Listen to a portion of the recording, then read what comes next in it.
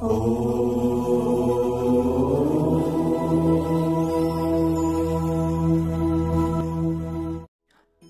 नमो भगवते वासुदेवाय।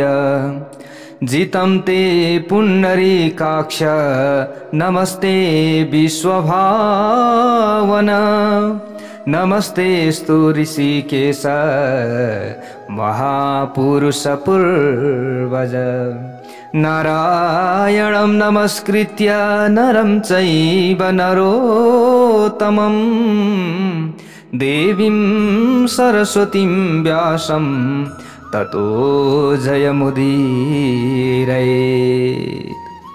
जय श्री हरि, जय श्री राधे। श्री विष्णु महापुराण श्रवण गर्दै आउने क्रममा आज हामी आजको नयाँ भाग 4 मा उपस्थित भइसकेका छौं।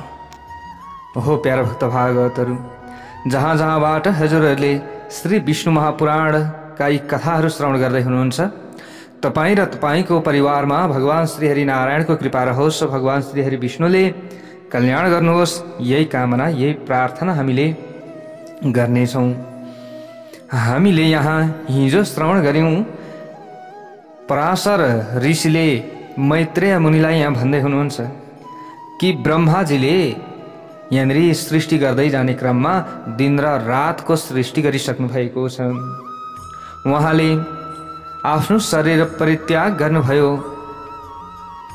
शरीर परित्याग गरेर दिन र रात्रिको सृष्टि गर्नुभयो भनेसम्मको हिजो हामीले प्रसङ्ग श्रवण गरेका थियौं। यहाँ अगाडि गएर पराशर ऋषिले भन्नुहुन्छ, के भन्नुहुन्छ त भन्दा, त्यस पछाडि पितामह ब्रह्माजीले सत्वगुणको बाहुल्य भएको अर्को शरीर ग्रहण गर्नुभयो र आफूलाई पिता समान मान्दै उहाँले आफ्नो पार्श्वभाग अर्थात् शरीरको काँधदेखि तल फिलासम्मको पिठ्यौको भागबाट पितृहरू उत्पन्न गर्नुभयो।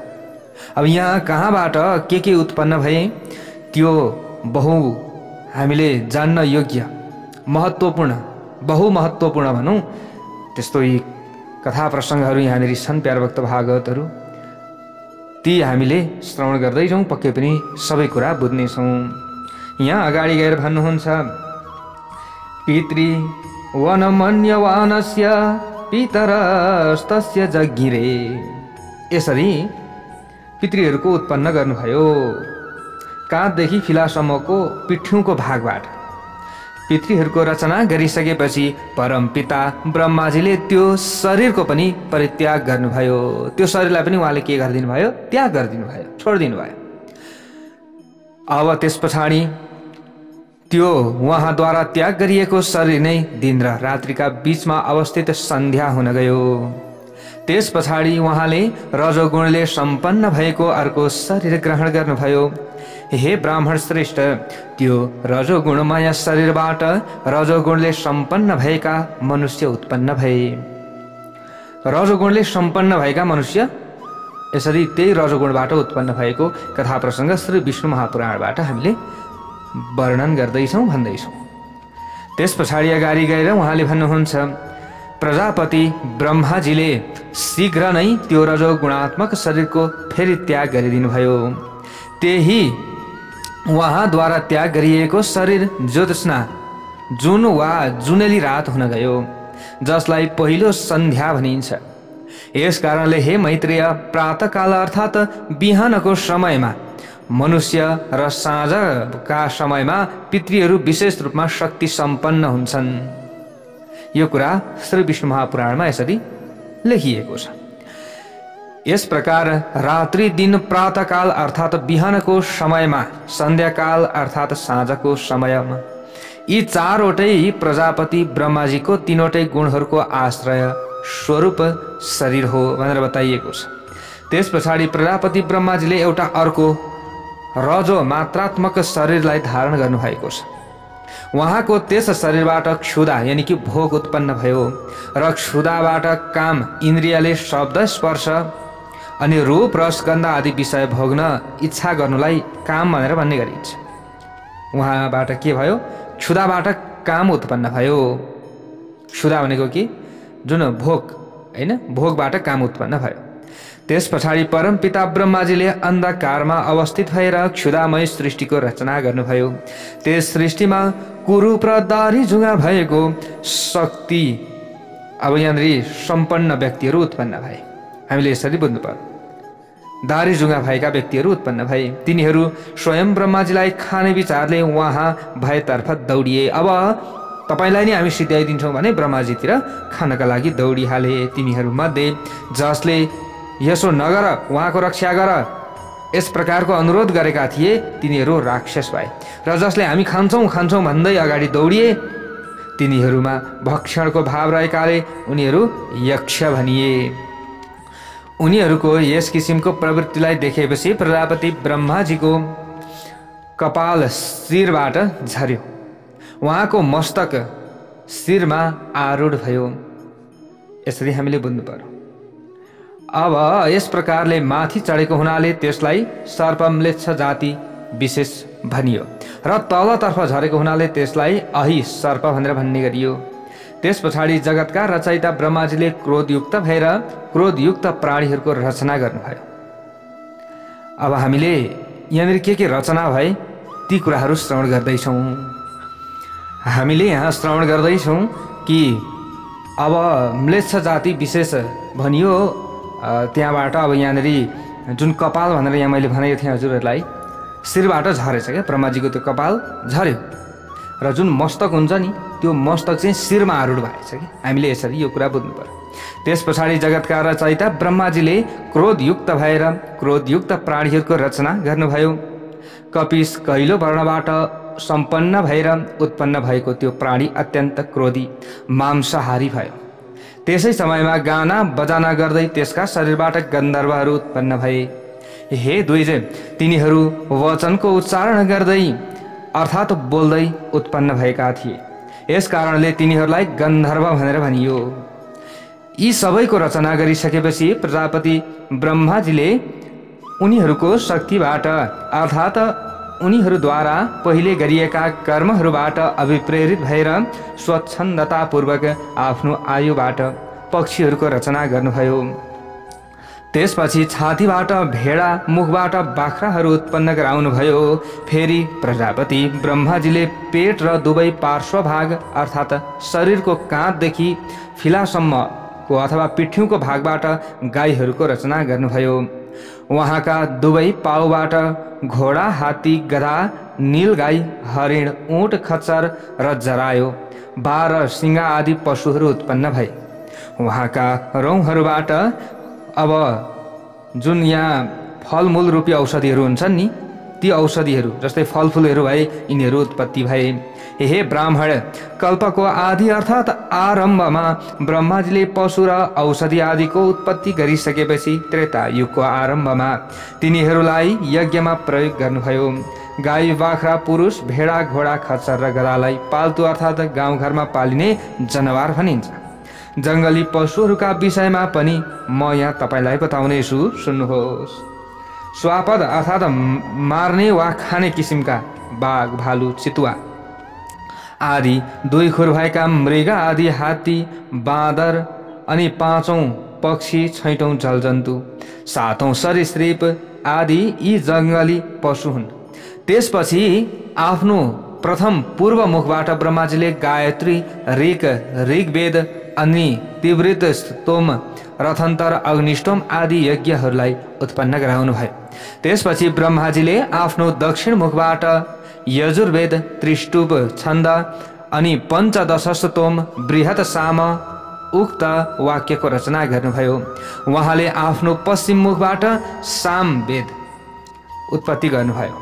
जगती अर्थात् प्रत्येक चरणमा 12 अक्षर हुने छन्द, सप्तदशस्तोम, वैरूप अति रात्रलाई उत्पन्न गराउनुभयो।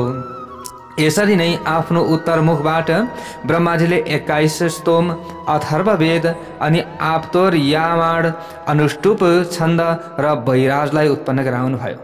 यस्तै प्रकारले अगाडि गएर त्यस पछाडि उहाँले आफ्नो सर्वाङ्ग अर्थात् सम्पूर्ण शरीरबाट असम अनि कमसल सबै किसिमका प्राणीहरू उत्पन्न गराउनुभयो। उहाँ आदिकर्ता प्रजापति ब्रह्माजीले देवता, असुर, पितृगण तथा मानवहरूको सृष्टि गरिसकेपछि फेरि कल्पको आरम्भ भएपछि यक्ष, पिशाच, गन्धर्व र अप्सराहरू, मनुष्य, किन्नर, राक्षस, पशु, पक्षी, मृग, सर्प आदि अनि अविनाशी र विनाशशील स्थावर र जङ्गमले युक्त भएको सृष्टिको रचना गर्नुभयो। तिनीहरूमध्ये पूर्वकल्पहरूमा जसको जस्ता किसिमको कर्म थियो फेरि सृष्टि भएका अवस्थामा पनि उनीहरूको प्रवृत्ति, आचार, विचार त्यसैमा लाग्यो। उत्पन्न भएका प्राणीहरूमा हिंसा, अहिंसा, कोमलता र कठोरपन, पुण्य, पाप, सत्य र असत्य यी सबै विषयहरू पहिलेको संस्कारहरूका अनुसार नै आउँदछन्। यस कारणले उनीहरूलाई यी सबै राम्रा लाग्दछन्। यस किसिमले विधाता ब्रह्माजीले इन्द्रियहरूका विषय, भूतहरूमा र विभिन्न शरीरमा अनेकता अथवा भिन्नता, इन्द्रियका विषयहरूमा अनि भूतहरूमा अनि विभिन्न शरीरहरूमा अनेकता अथवा विभिन्नता र व्यवहारलाई पनि उत्पन्न गराउनु भयो। उहाँले सृष्टिको आरम्भमा यस्ता प्रकारले गएर वेदका शब्दहरूका अनुसार प्राणीहरूको नाम, रूप र कार्य, प्रपञ्च कार्यको विभाजनको पनि निर्धारण गर्नुभयो।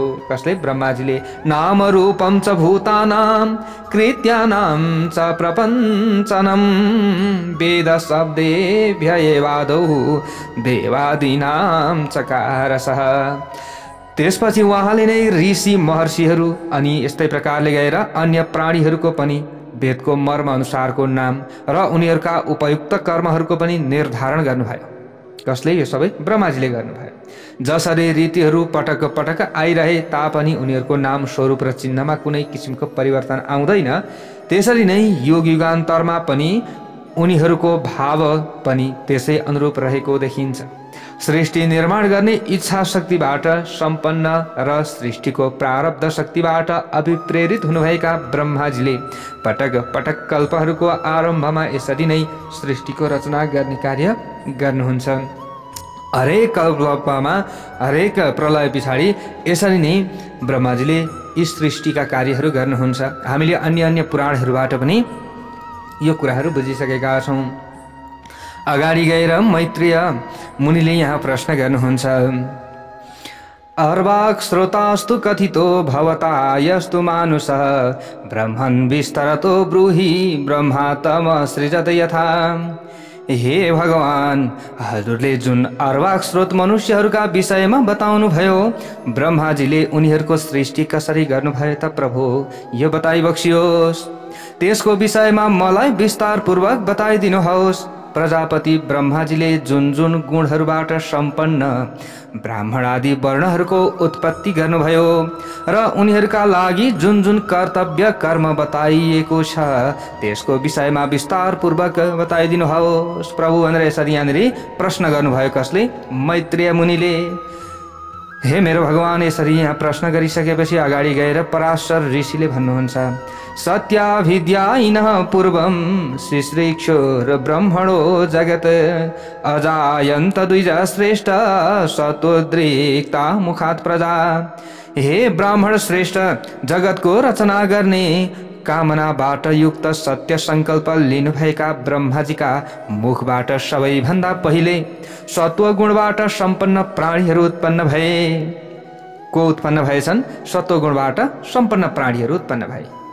त्यस पछाडि उहाँको वक्षस्थल अर्थात् छातीबाट रजोगुणबाट पूर्ण रूपमा सम्पन्न अनि तिग्राबाट रजोगुण र तमोगुणको मिश्रण भाव भएका प्राणीहरू उत्पन्न भए भनेर यहाँ बताइयो। यहाँ भन्नुहुन्छ अगाडि रजसा तमसा चैव समुद्रिक्तास्तथोरुजा। हे द्विजोत्तम, ब्रह्माजीका चरणहरूबाट अन्य एक किसिमका प्रजा उत्पन्न भएका थिए। ती सबै पूर्ण रूपमा तमोगुणबाट सम्पन्न थिए। यस किसिमले यी चार किसिमका वर्ण जाति उत्पन्न भए। यस प्रकार हे द्विजसत्तम अथवा द्विजोत्तम, ब्रह्माजीले यज्ञ अनुष्ठान, यहाँनिर जुन ब्रह्माजीले पनि अब यज्ञ अनुष्ठान गर्नुभएको थियो, हामीले जसरी यज्ञ अनुष्ठान गर्छौँ होइन, ब्रह्माजीले यज्ञ अनुष्ठान गर्नका लागि नै यज्ञका निमित्त उत्तम साधन स्वरूप यी सम्पूर्ण चातुर वर्णीयको रचना गर्नुभएको छ। अथवा यसरी रचना गर्नुभएको थियो, हे यशस्वी ब्रह्माजीले यज्ञ अनुष्ठान गर्नका लागि नै यज्ञका निमित्त उत्तम साधन स्वरूप यी सम्पूर्ण चातुर्वर्ण्यको रचना गर्नुभएको थियो। हे भगवान, यहाँनिर मैत्रेयजीले सोध्नु भएको थियो, हे भगवान ब्रह्माजीले उनीहरूको सृष्टि कसरी गर्नुभएको थियो त अर्वाक स्रोत मनुष्यहरूका विषयमा बताउनुहोस् भनेर यहाँ भन्नुभएको थियो। अब यहाँ पराशर मुनिले त्यही कुरालाई भन्दै हुनुहुन्छ, हे धर्मज्ञ, यज्ञका माध्यमद्वारा तृप्त भएका देवताहरूले जल यानि कि पानी वर्षाएर प्राणीहरूको कल्याण गर्छन्। देवताहरूले प्राणीहरूको कल्याण कसरी गर्छन् भन्दा जल वर्षाएर गर्छन्, उनीहरूलाई तृप्त पार्दछन् जल वर्षाएर। यसकारण यज्ञ सबैका लागि अत्यन्त कल्याणदायक हुन्छ। जुन मनुष्य नित्य निरन्तर स्वधर्म परायण अर्थात् आफ्ना धर्मको पालनामा पूर्ण रूपमा लागेको, स्वधर्म परायण भनेको यो सदाचारी सज्जन र सुमार्गमा लागेको हुन्छ, त्यसबाट मात्र वास्तविक रूपमा यज्ञको अनुष्ठान हुन सक्दछ, अन्यबाट हुँदैन। ल यसरी बताइयो। यहाँ अगाडि गएर भन्नुहुन्छ, हे मुनीश्वर, यज्ञका माध्यमद्वारा मनुष्यले यो मनुष्य शरीरबाटै स्वर्ग अपवर्ग स्वर्गीय आनन्द प्राप्त गर्न सक्छ। यो मनुष्य शरीरबाटै यो स्वर्ग अथवा नरक के भोग्नुपर्ने हो यसैबाट भोग्न सक्छ। यस्तै प्रकारले उसले अन्य जुन स्थानको कामना गर्दछ त्यसलाई अत्यन्त सहज रूपमा प्राप्त गर्दछ। हे मुनि सत्तम, ब्रह्माजीद्वारा रचना गरी भएका चारवटै वर्णहरूमा विभाजित रूपमा अवस्थित रहेका प्रजाहरू अर्थात् मनुष्य अत्यन्त श्रद्धायुक्त शुद्ध आचरण भएका, आफ्नो चाहना अनुसार निवास गर्ने, सम्पूर्ण बाधा व्यवधानबाट रहित शुद्ध अन्तःकरण यानि कि मन भएका विद्वानहरूका कुलमा उत्पन्न र पुण्य कर्महरूको अनुष्ठान गरेर परम पवित्र भएका थिए। तिनीहरूको चित्त अत्यन्त शुद्ध रहने भएका कारणले गर्दा तिनीहरूमा निरन्तर रूपमा अविनाशी परब्रह्म परमात्मा श्री विष्णुले निवास गर्नुहुने भएकाले तिनीहरूलाई शुद्ध ज्ञानको प्राप्ति हुन्थ्यो, जसका माध्यमबाट उनीहरूले परमात्माको त्यो विष्णु नाम भएको परम पदलाई वास्तविक रूपमा देख्न सक्थे। यस पछाडि त्रेतायुगको आरम्भमा मैले तपाईलाई परमात्माको जुन काल नाम भएको अंशका विषयमा पहिले बताएको थिएँ, त्यसले प्राणीहरूलाई अत्यन्त अल्प र क्षणिक सुख प्रदान गर्ने तुच्छ र घोर अर्थात् अत्यन्त दुःखमय पाप कर्महरूमा लगाइदिएर उसले पहिले उनीहरूमा भएको शुद्ध ज्ञानलाई ढाकिदिएको हुन्छ। हे मैत्रेय, यस्तै प्रकारले यसबाट प्राणीहरूमा परम पुरुषार्थको विनाश गराउने भाव, अज्ञान र लोभ उत्पन्न गराउने राग द्वेष आदि रूप अधर्मको बीजारोपण हुन्छ। त्यसरी अब अज्ञान रूपी अधर्मको बीज उत्पन्न भएपछि ती प्राणीहरूमा त्यो परम पद, जसलाई विष्णु पद भनेर भन्ने गरिन्छ, त्यो परम पद, त्यसको दर्शन गर्ने स्वाभाविक शक्ति थियो। अब यस्ता प्रकारले सबै शुद्ध थिए र पो त्यो शक्ति थियो। अहिले त व्यक्तिहरू सबै अशुद्ध। ल यहाँ अगाडि भन्नुहुन्छ, त्यो लोभ भयो, त्यो सबै अहिले लोभ भएर गइसक्यो। र रसोल्लास आदि 8 किसिमका सिद्धिहरू, रसोल्लास अष्ट सिद्धिहरूका विषयमा स्कन्द पुराणमा यहाँनिर वर्णन गरेको पाइन्छ। स्कन्द पुराण आदिमा सत्य युगमा रसको स्वयं नै उल्लास आनन्द हुन्थ्यो अरे। अब यही रसोल्लास नाम भएको सिद्धि हो। त्यो आनन्द के हो? यो रसोल्लास नाम भएको सिद्धि हो। स्वयं त्यो आनन्द प्राप्ति हुन्थ्यो। त्यसको प्रभावले मनुष्यहरूको भोक मेटिन्थ्यो, मनुष्यहरूलाई भोकै लाग्दैनथ्यो। त्यस समयमा मनुष्यहरू स्त्री आदि भोगहरूको चाहना नराखिकनै सदा सर्वदा तृप्त रहने गर्दथे। पुरुषले पनि स्त्री, स्त्रीले पनि पुरुषको चाहना गर्दैनथे। यसलाई महात्माहरूले तृप्ति नाम भएको दोस्रो सिद्धि बताएका छन्, जुन उनीहरूको उत्तम धर्म पनि थियो। त्यसैलाई उनीहरूको तेस्रो सिद्धि भनिन्छ। त्यस समयमा सम्पूर्ण मनुष्यहरूको स्वरूप र आयु एकै किसिमको थियो। यही उनीहरूको चौथो सिद्धि थियो। बलको भयभारको अधिकता यो विश्वका अथवा यो के हो भनेर हामीले बुझ्नु पर्दछ भने, विश्वकाको अर्थ योग शास्त्रका अनुसार सम्प्रज्ञात समाधिभन्दा पहिले हुने जुन चित्तवृत्ति नामको 5औं सिद्धि, यसरी बुझ्नु पर्यो। परमात्मामा एकाग्रतापूर्वक लाग्दै तपस्या र ध्यानादिमा तत्परतापूर्वक लाग्नु नै 6औं सिद्धि हो। आफ्नो चाहना अनुसार घुमफिर गर्नु 7औं सिद्धि हो भने जहाँ मन प्रसन्न हुन्छ त्यहीँ बस्नुलाई 8औं सिद्धि भनेर बताइएको छ। यो कहाँ बताइयो त भन्दा स्कन्द पुराणमा बताइयो। यसरी बताइएको छ। अब यहाँ बताइयो कि 8 किसिमका सिद्धिहरू पनि रहेनन्। यी जति पनि बताइयो यी सिद्धिहरू पनि रहेनन्, लोप भएर गयो। अब उनीहरूमा स्वाभाविक रूपमा रहेका सबै सिद्धिहरूको विनाश भएर अधर्म र अकर्मको वृद्धि भएपछि ती प्राणीहरू द्वन्द्व विनाश र दुःखबाट पूर्ण रूपमा पीडित हुन लागे। त्यस पछाडि उनीहरूले मरुभूमि पर्वत र जल आदिको स्वाभाविक तथा कृत्रिम किल्ला र सहर अनि खर्बट पहाड वा नदीका किनारमा रहेका सासाना बस्तीहरूलाई खर्बट भनेर भन्ने गरिन्छ, ती खर्बट आदिको स्थापना गरे। त्यस पछाडि गाउँ वा बस्तीमा शीत र घाम जस्ता अनेकौं व्यवधानहरूबाट सुरक्षित रहनका लागि उपयुक्त किसिमका घरहरूको निर्माण गर्न लागे। यसरी प्राणीको सृष्टि भइसकेपछि ल हेर्नुहोस्। अब यस्तै प्रकारले घाम शीत अनि पानी हावा हुरी आदिबाट सुरक्षित रहने उपाय गरिसकेपछि तिनीहरूले जीवन निर्वाह गर्ने उपाय स्वरूप खेतीबाली विभिन्न खालका कला कौशल आदिको यहाँनिर उनीहरूले रचना गर्न लागे। यहाँ यी कुराहरू बताइएको छ। अब यस्तै प्रकारले गएर हे मुनि यहाँ भन्नुहुन्छ धान जौ गहुँ तिल कागुनु ज्वानो कोदो कालो मास मोग मुसुरो गहत चना सामा धान मटर चना अनि यी 17वटा गाउँमा पाइने औषधिहरूका जातहरू हुन्। गाउँमा पाइने र वन्य अर्थात् वनमा उत्पन्न हुने दुवै किसिमका औषधिहरू यज्ञको अनुष्ठान गर्दा प्रयोग गरिन्छ। ती औषधिहरूका नाम यस प्रकार छन् धान जौ गहुँ सानो धान्य तिल कागुनु। यी 7 र 8औं गहत श्यामाक जङ्गली तिल अनि निबारो अनि गवेधु अनि बाजरा गरेका या हामीले नसुनेका प्रयोग नगरेका चिजहरू पनि यहाँनिर भनिएको छ।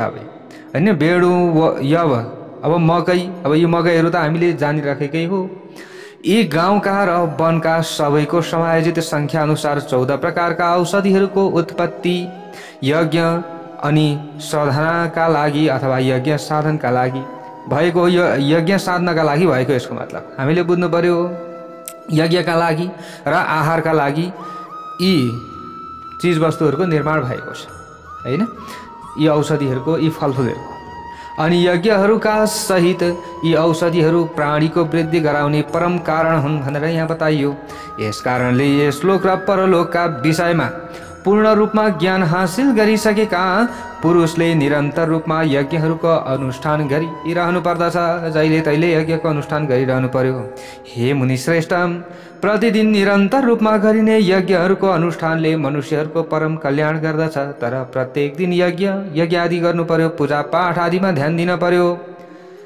अब यस्ता प्रकारले यी कार्यहरू गर्दछन् भने उनीहरूले गरेका पापहरूलाई पूर्ण रूपमा शान्त गराइदिन्छ। यी यज्ञहरूले हे महामुनि, जसका चित्तमा समय अनुसार उत्पन्न भएका पापको वृद्धि हुन्छ, समय समय अनुसार विभिन्न पापका वृद्धिहरू भइरहन्छन्, तिनीहरूको मन यज्ञको कर्ममा लाग्दैन। अर्थात् यसरी पापका अधीनमा रहेको मनुष्यले आफ्नो कर्तव्य कर्मलाई व्यवहारमा ल्याउन सक्दैन। खाली पाप गरेछ, खाली पाप गरेछ, कहिले राम्रो काम गर्न सक्दैन।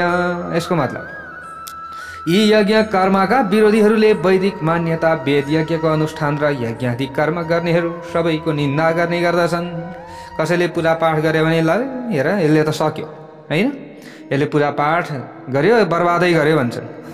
यस्तो कार्यहरू गरिराखेको छ। जस्तै कसैले पूजा गर्यो, कसैले अनुष्ठान गर्यो भने लौ हेर सक्यो, पैसा सक्यो, होइन, भएको चाहिँ धान पोलेर, भएको चाहिँ चामल पोलेर सक्यो, भएको घिउ पोलेर सक्यो भन्छन्, होइन। ती चाहिँ भित्र पाप भरिएका व्यक्तिहरूले त्यस्तो कुरा गर्दछन्।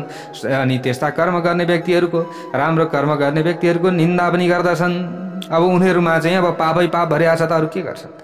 ल हेर्नुहोस्, ती दुरात्मा अर्थात् अत्यन्त दुष्ट स्वभाव भएका दुराचारी अर्थात् व्यभिचारमा लागेका, वेद वेदाङ्गको निन्दा गर्ने अनि कुटिल अर्थात् जालझेल गर्ने आशय यस्ता स्वभाव भएका, प्रवृत्ति मार्गको निर्मूल पार्ने क्रिया वा भाव भएका, हे धर्मका साधकहरूमा श्रेष्ठ मैत्रेयजी प्रजापति ब्रह्माचार्य। अब जो ब्रह्माजी हुनुहुन्थ्यो, अब ब्रह्माजीले प्राणीहरूको सृष्टि गरिसकेपछि र उनीहरूका जीवन निर्वाहको कार्य सम्पन्न गरिसकेपछि तिनीहरूको स्थान र गुणहरूका अनुकूल मर्यादाको स्थापना पनि गर्नुभयो।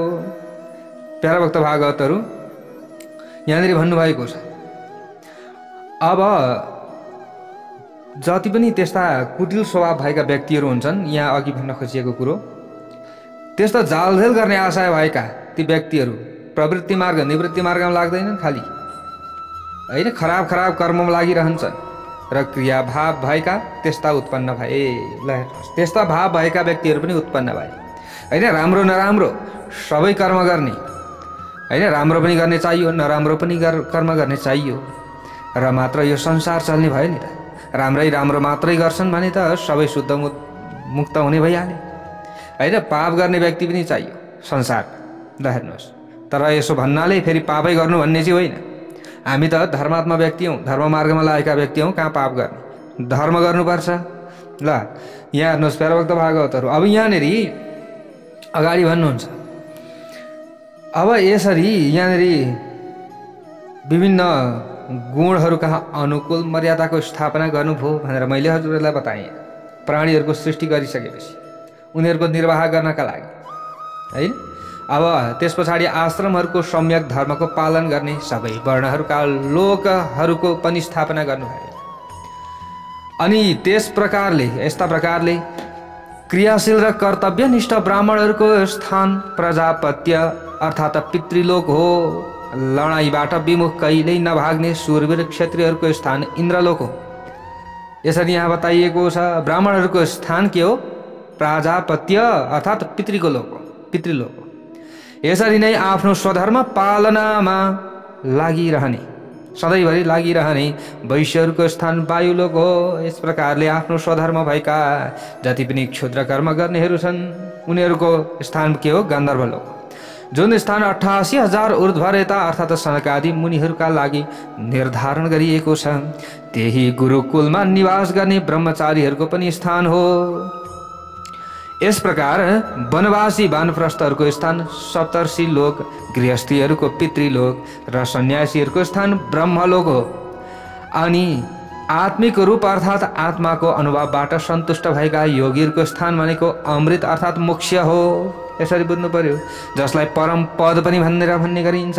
परम पदलाई प्राप्त गर्नका लागि यहाँ योगीको स्थानलाई हामीले ग्रहण गर्नु पर्यो, जुन सदा सर्वदा एकान्त स्थानमा एकाग्रतापूर्वक परब्रह्म परमात्माको निधिध्यासन गर्ने योगीहरू छन्। तिनीहरूको जुन परम स्थान छ त्यसलाई धर्म विषयका मर्मज्ञहरूले पनि देख्दछन्। अन्यले कसले देख्ने र? चन्द्र र सूर्य आदि ग्रहहरू पनि आफ्ना लोकहरूमा फेरि फर्किएर आउँछन्। तर ओम नमो भगवते वासुदेवाय यो 12 अक्षर 12 अक्षर भएको मन्त्रको चिन्तन गर्ने आजसम्म पनि मोक्ष पद अर्थात् परम पदबाट फर्किएका छैनन्। गत्वा गत्वा निवर्तन्ते चन्द्र सूर्यादयो ग्रह अद्यापि न निवर्तन्ते 12 अक्षर चिन्तका। 12 अक्षर चिन्तका भनेको ओम नमो भगवते वासुदेवाय यो मन्त्रको चिन्तन गर्ने व्यक्तिहरू फेरि फर्केर आउनु पर्दैन भन्ने कुरा यहाँबाट हामीले बुझ्नु पर्यो। श्री विष्णु महापुराणमा यो कुरा प्रष्ट रूपमा लेखिएको छ। वेदको निन्दा गर्नेहरूको, यज्ञमा विघ्न बाधा पुर्याउनेहरूको र स्वधर्म त्याग गर्नेहरूको स्थान तामिस र अन्ध तामिस र महारौरव रौरव असिपत्र वन घोर काल सत्र र अभिची मत नामका नरकहरू हुन्। असिपत्र वनम घोरम कालसूत्रम अभिचितम। यसरी बताइयो कि वेदको निन्दा जसले गर्छ, वेद पढ्ने व्यक्तिको निन्दा जसले गर्छ, होइन, उनीहरूको जस्तै सधर्ममा लागेका व्यक्तिहरूको जसले निन्दा गर्छ उनीहरूका लागि त नरक छँदैछ, होइन। त्यो नरकमा पर्ने उनीहरू नै हुन्। अरू को पर्छ? सबै नरकमा पर्छन् त? पर्दैनन् नि त, होइन। यो कुरा रहेको छ।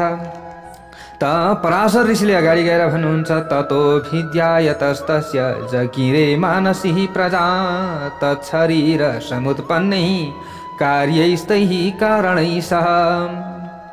अब यहाँनिर बताउनुहुन्छ कि फेरि त्यस पछाडि तपस्या गर्दै रहनुभएका प्रजापतिको शरीरबाट उत्पन्न शरीर र इन्द्रियहरूसँगै मानसिक प्रजा मनुष्य उत्पन्न भए। ब्रह्माजीले तपस्या गरिराख्नु भएको थियो, त्यहाँबाट मनुष्य अब उत्पन्न भए। विवेकशील ब्रह्माजीको शरीरबाट क्षेत्रज्ञ सचेतन जीव उत्पन्न भए। यहाँ यसरी बताइएको छ, मैले पहिले जसका विषयमा वर्णन गरेको थिएँ ती सबै देवताहरूदेखि स्थावरसम्म सत्व रज तम प्रधान चर र अचर सबै प्राणीहरू यस प्रकार उत्पन्न भए। तर जब बुद्धिमान ब्रह्माजीले सन्तानको वृद्धि हुन सकेन, अब यसरी सृष्टि हुँदाखेरि पनि त सन्तानको वृद्धि हुन सकेको थिएन रहेछ त्यो समयमा, त यस्तो वृद्धि हुन नसकेको देखिसकेपछि तब उहाँले आफै समानका अन्य पुत्रहरूको सृष्टि गर्नुभयो। उनीहरूको नाम के थियो त भन्दा भृगु, पुलस्त्य, पुलह, क्रतु, अंगिरा, मरीचि, दक्ष, अत्रि र वशिष्ठ थियो भनेर यहाँ बताइएको छ। यिनीहरू ब्रह्माजीका मानस पुत्र हुन्। पुराणहरूमा तिनीहरूलाई नै 9 ब्रह्मा मानिएको छ। ब्रह्माजीले पहिले जुन सनन्द, जो सनक सनन्दन सनातन भनेर यसरी हामीले भन्ने गर्दछौँ, जो सनन्दनादि महर्षिहरू उत्पन्न गराउनु भएको थियो, ती सबै सांसारिक विषयवस्तुहरूमा आसक्त भएनन्। उनीहरू निरपेक्ष कुनै कुराको चाख वा वास्ता नभएको भएका कारणले सन्तानमा पनि आसक्त भएनन् उनीहरू, किनकि ती सबै पूर्ण रूपमा विरक्त मत्सर आदि कसैको उत्पत्ति देख्दा हुने डाहा हुन्छ नि, यो मत्सर कसैको उन्नति प्रगति देख्दा हुने डाहा, योबाट रहित र ज्ञान सम्पन्न भएका थिए। ती सनक सनन्दन सनातन सनत कुमार, यी 4 कुमारहरू यी ऋषिहरूभन्दा अगाडि ब्रह्माजीबाट मानस पुत्रको रूपमा उत्पत्ति त भएका थिए, तर उनीहरूलाई सृष्टि गर बाबु भनेर भन्नुभएको थियो ब्रह्माजीले। हामी त गर्दैनौँ, हामी त यो सृष्टिको कार्यमा लाग्दैनौँ, विवाह गर्दैनौँ भने उनीहरू नैष्ठिकी ब्रह्मचारी भए। त्यो कथा श्रीमद् भागवत महापुराण आदिबाट पनि हजुरहरूले पक्कै श्रवण गर्नुभएको छ। ती सनन्दनादि महात्माहरूले सांसारिक विषयवस्तुबाट विमुख भएर संसारको रचनाको कार्यलाई अगाडि नबढाएको देखेपछि ब्रह्माजीमा त्रैलोक्यलाई भस्म गराउने किसिमको अत्यन्त भयानक क्रोध उत्पन्न भयो। हे मुनीश्वर, त्यसपछि परमपिता ब्रह्माजीमा उत्पन्न भएको क्रोधको अत्यन्त प्रज्वलनशील ज्वालाका मालाहरूले तीनवटै लोकहरूलाई अति नै उज्यालो बनाए। त्यस समयमा ब्रह्माजीको टेढो भएको भ्रेकुटी अर्थात् आँखी भौँ र पूर्ण रूपमा क्रोध उत्पन्न भएको निधारबाट मध्याह्नका समयको सूर्यका समान प्रकाशले सम्पन्न भएका रुद्रको उत्पत्ति भयो। समुत्पन्नस्तदा रुद्रो मध्याह्न समप्रभ, यसरी बताइएको छ। यसरी उत्पन्न भएका रुद्रको अत्यन्त प्रचण्ड शरीर आधा नर अर्थात् आधा पुरुष अनि आधा नारी स्त्री स्वरूप भएको थियो। यसरी रुद्र प्रकट हुँदा आधा नर र आधा स्त्री भएर प्रकट हुनुभएछ। त्यस पछाडि ब्रह्माजीले आफ्नो शरीरलाई विभाजन गर भनेर उहाँलाई भन्नुभयो र अन्तर्ध्यान हुनुभयो। आफ्नो शरीरको विभाजन गर भनेर अन्तर्ध्यान हुनुभयो। ब्रह्माजीबाट यस प्रकारको आज्ञा पाइसकेपछि ती रुद्रले आफ्नो शरीरमा भएका स्त्री र पुरुष दुवै भागलाई अलग अलग गरिदिए र पुरुषको भागलाई 11 भागमा विभाजन गरिदिए। त्यस पछाडि ती प्रभु रुद्रले त्यो स्त्रीको भागलाई पनि सौम्य अर्थात् असल स्वभाव भएको, क्रूर अर्थात् दया नभएको, यहाँनिर शान्त अशान्त, श्याम वर्ण र गोरो वर्ण आदि अनेकौं रूपहरूमा विभाजन गरिदिए। त्यो आफ्नो शरीरलाई विभाजन गरिदिनु भयो होइन, स्त्रीको शरीरलाई विभाजन गरिदिनु भयो। फेरि त्यस पछाडि हे दुईजना प्रजापति, ब्रह्माजीले आफैबाट उत्पन्न भएका आफ्नै स्वरूप स्वयम्भुवालाई प्रजा पालनको कार्य गर्नका लागि सर्वप्रथम मनु बनाइदिनु भयो। त्यस पछाडि स्वयम्भुवा मनु होइन, शतरूपाका कुराहरू अब हामीले श्रीमद् भागवत महापुराणमा श्रवण गर्छौँ। ती स्वयम्भुवा मनुले तपस्याका माध्यमद्वारा उत्पन्न भएकी शतरूपा नाम भएकी निष्पाप स्त्रीलाई आफ्नी पत्नीका रूपमा ग्रहण गरे। ती शतरूपा नाम भएकी स्त्री पनि स्वयम्भुवा मनुसँगै ब्रह्माजीबाट उत्पन्न भएकी थिइन्। ती स्वयम्भुवा मनुका शतरूपाबाट प्रियव्रत र उत्तानपाद नाम भएका 2 पुत्र अत्यन्त सुन्दर स्वरूप सबै गुणहरूबाट सम्पन्न अनि प्रसूति र आकुति नाम भएका 2 कन्या उत्पन्न भए। हे सर्वज्ञ, हे धर्मज्ञ, तिनीहरूमध्ये प्रसूतिको दक्ष प्रजापतिसँग र आकुतिको रुचिसँग विवाह भयो। हे भाग्यवान, रुचि नाम भएका प्रजापतिले आकुतिसँग बिहे गरेपछि उनीहरूको सम्बन्धबाट यज्ञ र दक्षिणा नामका जुम्लिहा सन्तान भए। पुत्रे जज्ञे महाभाग दाम्पत्यम मिथुनम ततः। यज्ञका दक्षिणा नाम भएकी भार्या श्रीमती अनि त्यसबाट 12 पुत्रहरू उत्पन्न भए। ती यज्ञ र दक्षिणाबाट यी दुवै स्वयम्भुव मन्वन्तरमा याम देवताका नामबाट प्रसिद्ध भए। दक्ष प्रजापतिका प्रसूति नाम भएकी भार्या श्रीमतीबाट 24 कन्याहरू उत्पन्न भए। तिनीहरू सबैका नामका विषयमा बताउँदछु, ध्यानपूर्वक सुन्नुहोस्। तिनीहरूको नाम के थियो त भन्दा श्रद्धा, लक्ष्मी र धृति, स्तुष्टि, पुष्टिर्मेधा, क्रिया तथा बुद्धिर्लज्जा, वपुः, शान्ति, सिद्धि, कीर्ति, त्रयोदश। के थियो? श्रद्धा, लक्ष्मी, धृति, तुष्टि, मेधा, पुष्टि, क्रिया, बुद्धि, लज्जा, वपु, शान्ति, सिद्धि र 13औं को नाम थियो कीर्ति। यी 10 प्रजापतिका कन्याहरूसँग धर्मले विवाह गरे। अब यी 13वटी भन्दा पछाडिका एवं कमलको फूल जस्ता आँखा भएका बाँकी 11वटी कन्याहरू ख्याति, सती, सम्भूति, स्मृति, प्रीति, क्षमा, सन्तति, अनसुया, ऊर्जा अनि स्वाहा, स्वधा थिए। हे मुनिश्रेष्ठ, भृगु, भव, शिव, मरीचि, अंगिरा, पुलस्त्य, पुलह, क्रतु, अत्रि, वशिष्ठ, अग्नि र पितर यी सबैले क्रमबद्ध रूपमा ख्याति आदि कन्याहरूसँग विवाह गरे। श्रद्धाबाट काम, लक्ष्मीबाट अभिमान, धृतिबाट नियम, तुष्टिबाट सन्तोष, पुष्टिबाट लोभ नाम भएका पुत्र उत्पन्न भए। मेधाबाट श्रुत, क्रियाबाट दण्ड, नय तथा विनय, बुद्धिबाट बोध, लज्जाबाट विनय, वपुबाट व्यवसाय, शान्तिबाट क्षेम, सिद्धिबाट सुख र कीर्तिबाट यश उत्पन्न भए। यी सबै धर्मका छोराहरू हुन् भनेर यस्ता प्रकारले यहाँनिर पराशर ऋषिले मैत्रेय मुनिलाई बताउँदै गर्नुभएको कथा प्रसङ्ग आजको यस अध्यायबाट हजुरहरू समक्षमा हामीले राख्यौँ। अब भोलि अर्को अध्यायमा कथा श्रवण गर्नेछौँ। सबले भनौँ जय श्री हरि।